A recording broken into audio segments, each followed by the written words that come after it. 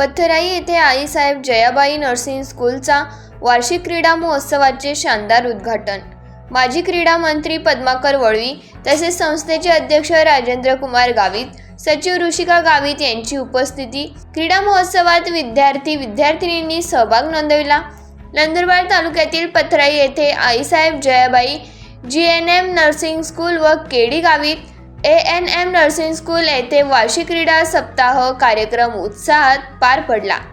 या कार्यक्रमाची माजी क्रीडा मंत्री पद्माकर वळवी हे प्रमुख पाहुणे म्हणून उपस्थित होते। तसेच आदिवासी देवमोगरा शिक्षण संस्थेचे अध्यक्ष राजेंद्र कुमारजी गावित हे विशेष अतिथी म्हणून लाभले। तसेच संस्थेच्या सचिव ऋषिका गावित आणि प्राचार्या प्रियंका पाडवी उपस्थित होत्या। कार्यक्रमाची सुरुवात उद्घाटनाने झाली। पद्माकर वळवी यांच्या हस्ते रिबीन कापून उद्घाटन करण्यात आले।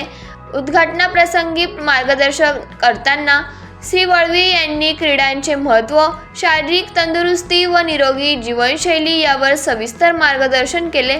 निरोगी शरीरातच निरोगी मन वसते असे सांगत त्यांनी विद्यार्थ्यांना नियमित खेळात सहभागी होण्याचे आवाहन केले। चेअरमन राजेंद्र कुमार गावित यांनी आपल्या भाषणात संस्थेमार्फत विद्यार्थ्यांसाठी उपलब्ध करून देण्यात आलेल्या क्रीडा सुविधा त्यामागचे कारण सांगितले। सर्वांनी खेळीमेळीच्या वातावरणात स्पर्धेत सहभागी व्हावे असे त्यांनी सांगितले। या क्रीडा सप्ताहानिमित्त विविध मैदानी व मनोरंजक खेळांचे आयोजन करण्यात आले होते। सर्व विद्यार्थ्यांनी उत्स्फूर्त सहभाग नोंदवला व कार्यक्रमाचा मनमुराद आनंद घेतला। या क्रीडा सप्ताहामध्ये विविध खेळांचे आयोजन करण्यात आले होते। त्यात क्रिकेट, खो खो, कबड्डी, व्हॉलीबॉल, बुद्धिबळ, कॅरम, बॅडमिंटन, ट्रायथलॉन, रनिंग, रस्सीखेच या प्रकारचे खेळांचा समावेश होता, जेणेकरून विद्यार्थ्यांचा सर्व खेळांमध्ये रस वाढावा व ओढ निर्माण व्हावी यासाठी हे खेळ आयोजित करण्यात आले होते।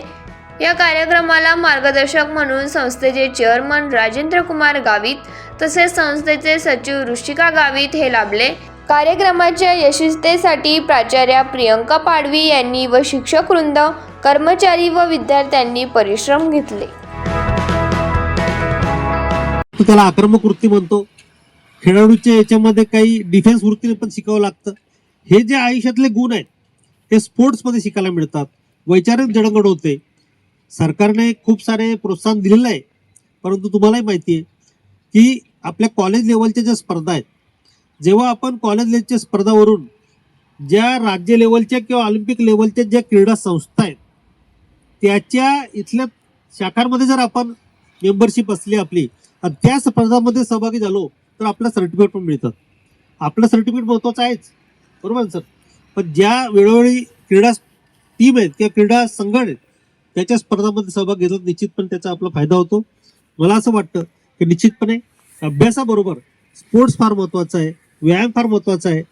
राज्याचा क्रीडा आणि युवा धोरण मी मंत्री असतानाच झालेलं आहे।